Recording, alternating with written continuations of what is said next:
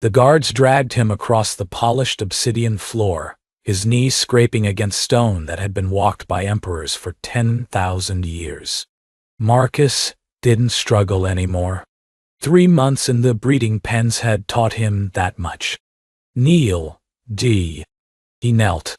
Not because the word carried any weight, but because the neural collar around his throat would make him kneel anyway, and at least this way, he kept his dignity of choosing. The throne room of the Vethkai Empire stretched before him like a cathedral to conquest. Bioluminescent pillars pulsed with soft blue light, and somewhere in the shadows he could hear the whispered clicking of mandibles, courtiers, advisors, witnesses to whatever fresh humiliation awaited him. She sat on a throne of grown crystal, 7 feet of chitin and grace, her forearms folded in what he'd learned was contemplation. High Matriarch Siravex, ruler of 37 systems, commander of the fleet that had broken Earth's defense grid in 19 hours. Her compound eyes reflected him 1,000 times over. 1,000 broken humans, kneeling. This is him? Her voice was music played on bones. The one from the officer caste? Lieutenant Commander Marcus Webb, Matriarch Tartar. The advisor's voice came from his left.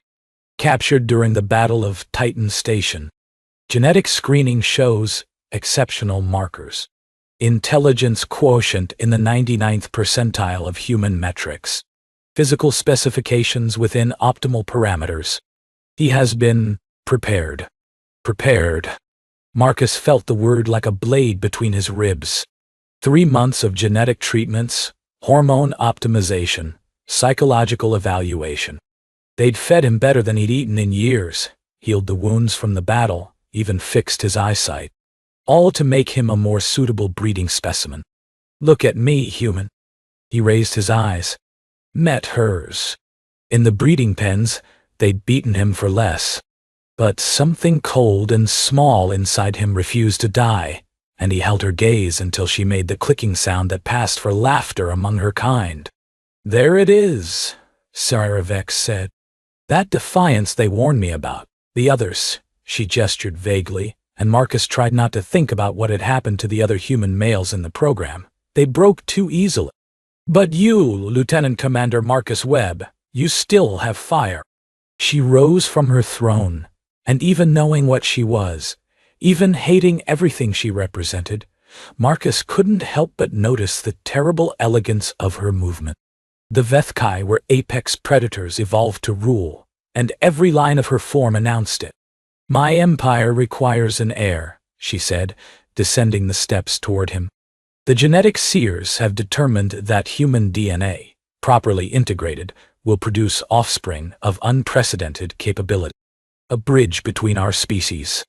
A symbol of our eternal dominion over your kind. She stopped before him, close enough that he could smell her. Ozone and something like honey. You will father this heir. It wasn't a question. In the Vethkai Empire, matriarchs did not ask. Marcus said nothing. There was nothing to say.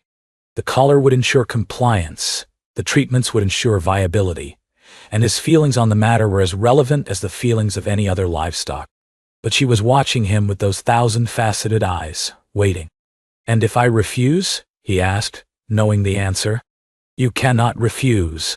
She said it simply, without cruelty, as one might explain gravity to a child. But I am curious what you think refusal would look like. I could die. I could find a way. Yes. She tilted her head, mandibles clicking softly. Your species does that. We've lost 17 viable males to self-termination. It's inefficient. She circled him slowly, and he felt her gaze like cold fingers on his skin. But you won't. You're not the type. You don't know anything about me. I know you survived when your ship was boarded. I know you fought until your weapon melted in your hands. I know you shielded 3 wounded crew members with your body, and that when we finally captured you, you were still trying to reach the emergency beacon. She paused behind him. You are a survivor, Marcus Webb. You will not choose death while any possibility of life remains. He hated her for being right.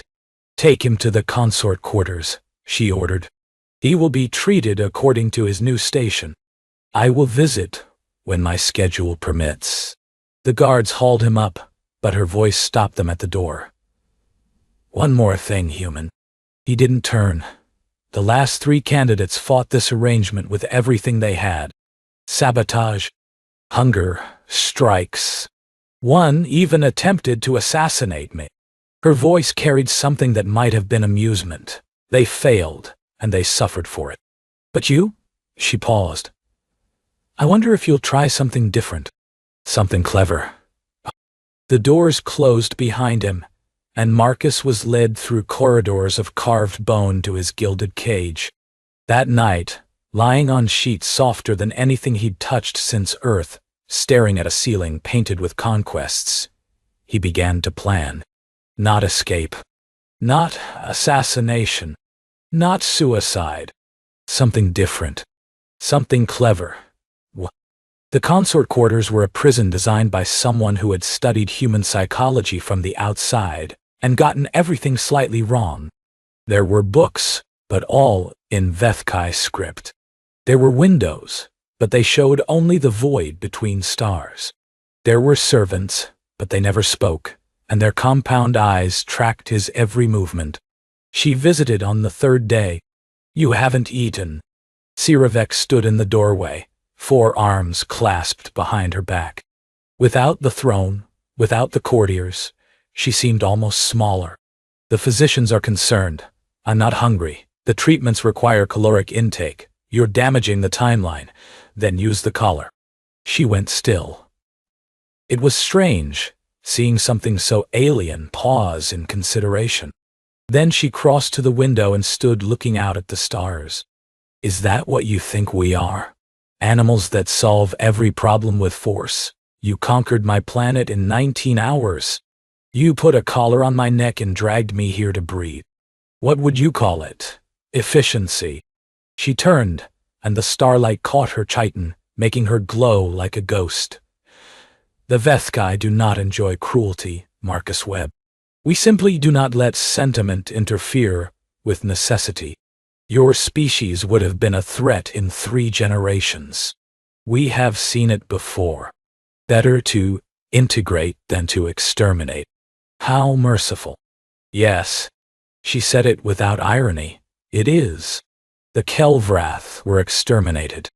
The Cenari were sterilized. Your kind are merely repurposed.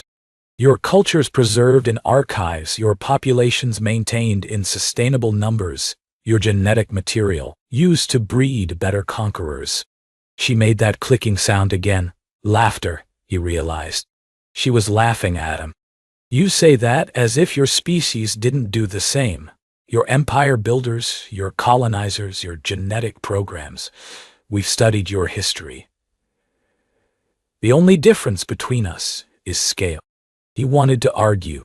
To defend humanity's honor, its capacity for goodness, its what? Its wars, its genocides, its own breeding programs and slavery and conquest. We were trying to be better, he said finally. Were you succeeding?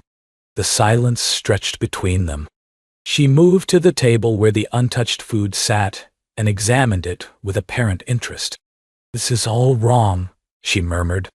They've given you protein preparations. Nutrient efficient, but, she paused, mandibles clicking in what he was beginning to recognize as thought. Your species has emotional attachments to food consumption.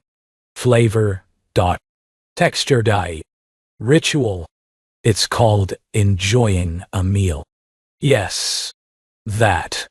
She summoned a servant with a gesture. Remove this. Bring something from the human archive.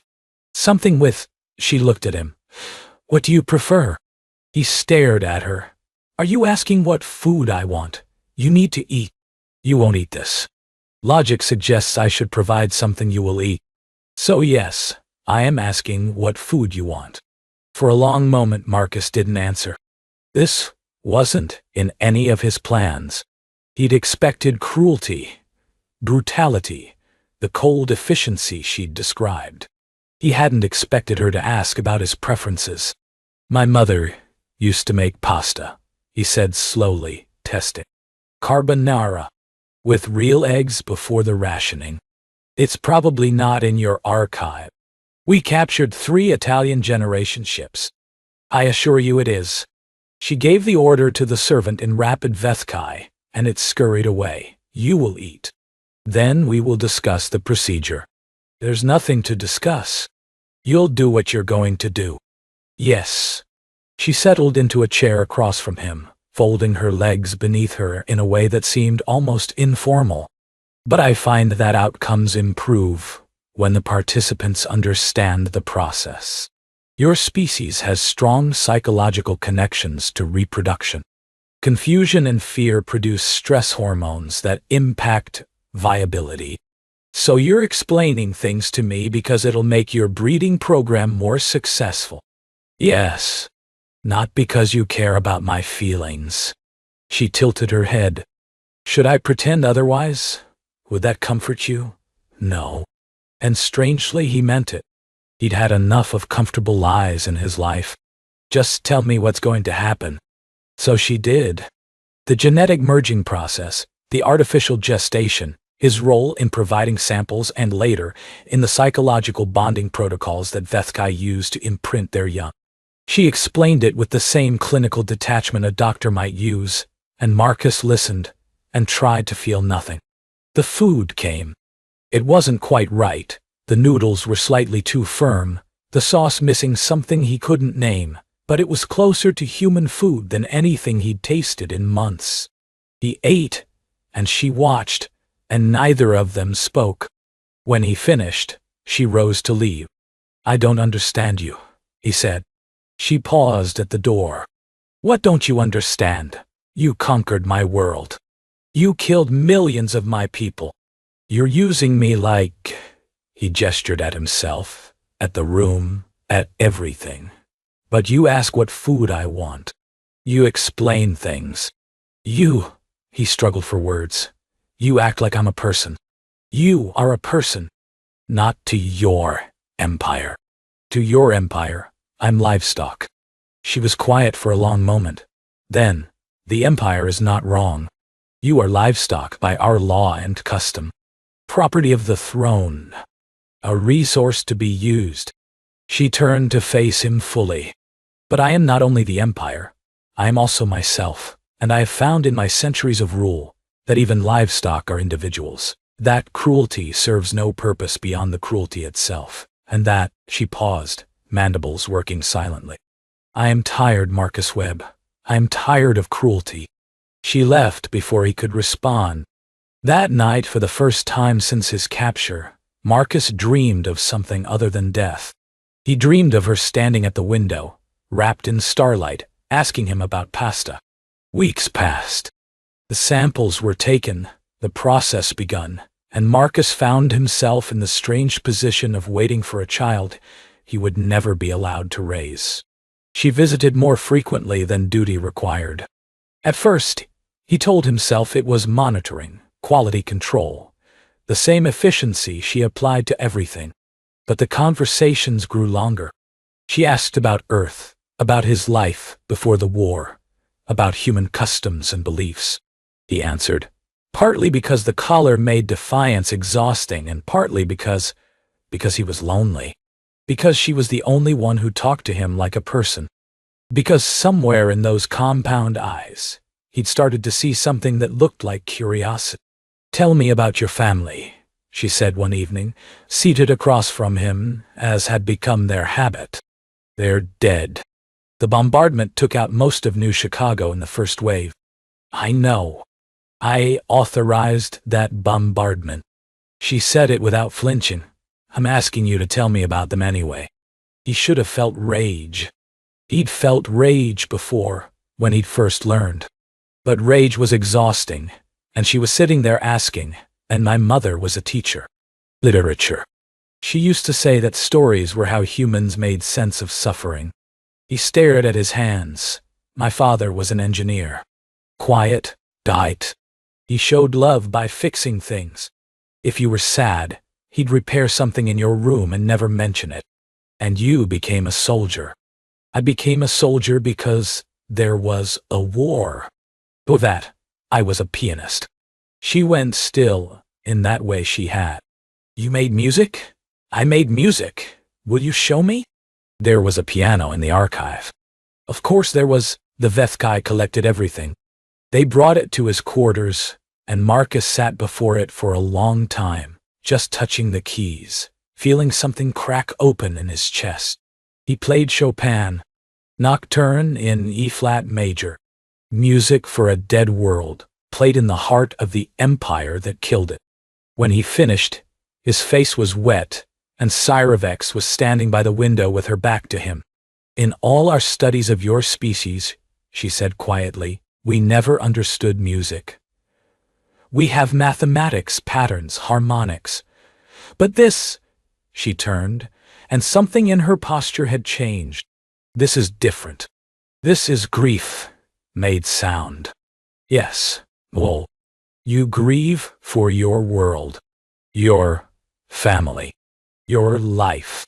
Yes, and yet you just created something beautiful. She crossed to him slowly. How do you do that? How do you take pain and make it into this? I don't know. It's what humans do. She reached out, and for a terrible moment he thought she would touch him. But her hands stopped inches from his face. The heir will be born in 3 cycles, she said. The council expects me to dispose of you afterward. Breeding stock is not retained once its purpose is served. I know. I have told them I will keep you. She made a sound of frustration.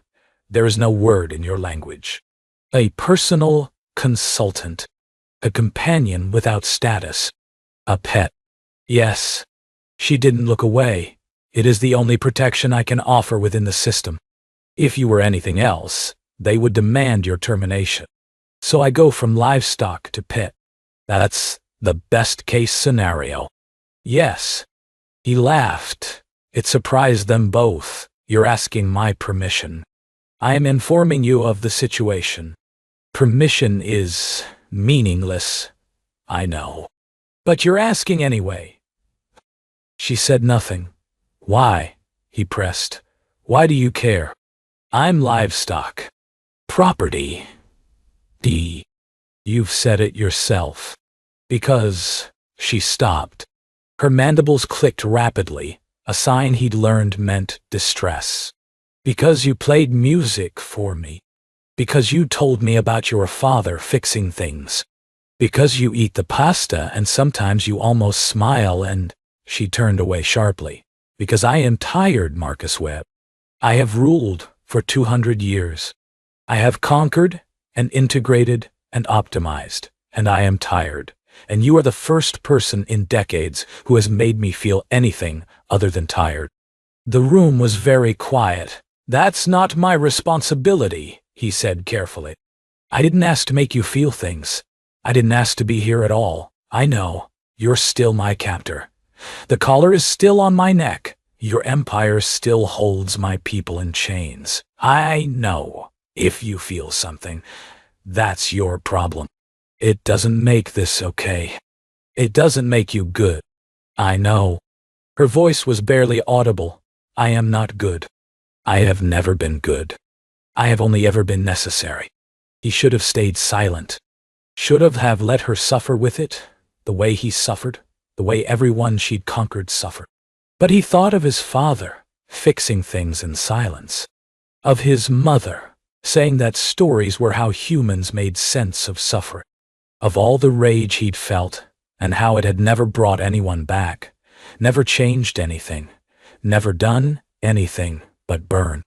My mother had a saying, he said. Being good isn't something you are. It's something you keep choosing. She turned back to him. You've made terrible choices. Monstrous choices. Choices that killed millions, including people I love. He met her eyes. All 1,000 of them. But you're not dead yet. Neither am I, and tomorrow you could choose differently. The system is made of choices. Every law someone wrote, every order someone followed, Every atrocity someone committed because it was efficient. Choices, all the way down. You make it sound simple. It's the hardest thing there is. That's why most people don't do it. She stood there, alien and terrible and lost, and Marcus realized with horror that he didn't hate her anymore. He should hate her. He had every right to hate her. But somewhere in the music and the pasta and the endless conversations, he'd started to see her as a person. A monstrous person. A person who had done unforgivable things. But a person nonetheless. "Play it again," she said. "Please." He played until his fingers ached, and she stood at the window crying tears she didn't know she had. The Heir was born on a day of solar storms. Marcus was there, not by right, but by Siravex's insistence, another small rebellion against tradition. He stood behind a screen of privacy, watching through the shimmer as the artificial gestation pod opened, and a creature that was neither human nor Vethkai took its first breath. She had human eyes. Blue, like his mother's.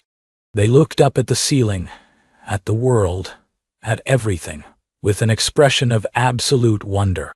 "She's perfect," Siraveks breathed. The council had argued for months. The integration was too complete. The child looked too human, thought too human, might sympathize too much with the integrated species. She was a liability. She was a mistake. She was an abomination. Siraveks had overruled them all. "She is the future," she had said. "The future is supposed to be different from the past." Now, watching the medical attendants swarm around the child, Marcus felt something he hadn't felt since Earth fell. Hope. Hope. It was dangerous, that feeling. It had no business being here, in the heart of the Empire, in the chest of a man who was still property. But there it was, stubborn and unreasonable, blooming in the dark. "You may approach." He stepped around the screen. The child, his child, though the word felt strange and incomplete, was wrapped in thermal cloth, her tiny fingers grasping at air. She had 4 arms like her mother, but her skin was soft and brown like his. "Hold her." "I don't know how. Neither do I." Siraveks made the clicking sound that was her laugh. "We'll learn together." He took the child. She weighed almost nothing. She looked up at him with those blue eyes, and he saw the future looking back. "What will you name her?" he asked. "Vethkai heirs are named by prophecy. The seers will determine. What will you name her?" She was silent for a long moment. Then, "I thought perhaps you might have a suggestion." It was such a small thing. A name. But in that small thing was everything. An acknowledgement that this child was his too, that his heritage mattered, that he was more than a biological resource. "Maya," he said. "My mother's name was Maya. Maya. Siraveks tested the word. "It sounds like a beginning. It means illusion or compassion, depending on which tradition you follow. Illusion and compassion." Her mandibles clicked thoughtfully. "Perhaps you'll need both." The years that followed were complicated. Marcus remained officially a consort, property of the throne. The collar stayed on his neck, though the control functions were quietly disabled. When he walked through the palace, guards still watched him. When he spoke in council, which Siraveks increasingly asked him to do, half the advisors refused to acknowledge his words. But Maya grew. She learned to walk in the low gravity of the palace and to run in the higher gravity of the training grounds. She learned Vethkai history from tutors and human history from Marcus. She learned to fight and to reason and to question. That last one got her in trouble. "Father," she asked at age 7, "why do we keep slaves?" He was playing piano, Debussy this time, the slow movement of Clair de Lune. He didn't stop. "What makes you ask? I met a human girl in the servant quarters. She's my age. She said her parents were integrated from Earth. She said her grandmother remembered the sky being blue." Maya climbed onto the bench beside him. She cried when she said it. Why do we make people cry? It's a complicated question. Mother says that when I say complicated, she means she doesn't want to answer. He did stop playing then. She was looking at him with those blue eyes, his mother's eyes, in an alien face, waiting for the truth. Your mother rules an empire, he said carefully. That empire was built on conquest, on taking what others had, he searched for words a child might understand, on deciding that some people were less important than others. But that's wrong. Yes. So why don't we stop? Because stopping is hard. Because the people who benefit from the system don't want to change it. Because even your mother, who is the most powerful person in 37 systems, can't just decide to make things different. Why not? Because power doesn't work that way. If she freed all the slaves tomorrow, the council would overthrow her. The military would rebel. The empire would collapse into war, and millions more would die. He put his hand over hers. Sometimes the best you can do is make things a little better, a little at a time, and hope the future is kinder than the past. That's sad. Yes, I don't want to be sad. She looked at the piano keys. Will you teach me to play? Mother says humans make beautiful things out of sadness. Maybe I can learn. He taught her. And in the music, in the space between notes, something grew. On the 10th anniversary of Maya's birth, Cyravex called Marcus to her private chambers. They were different now, these meetings.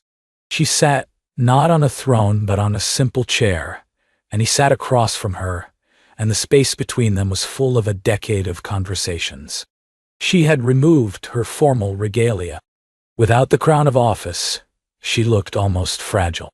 I have made a decision, she said. Another one. Do not mock. This one cost me.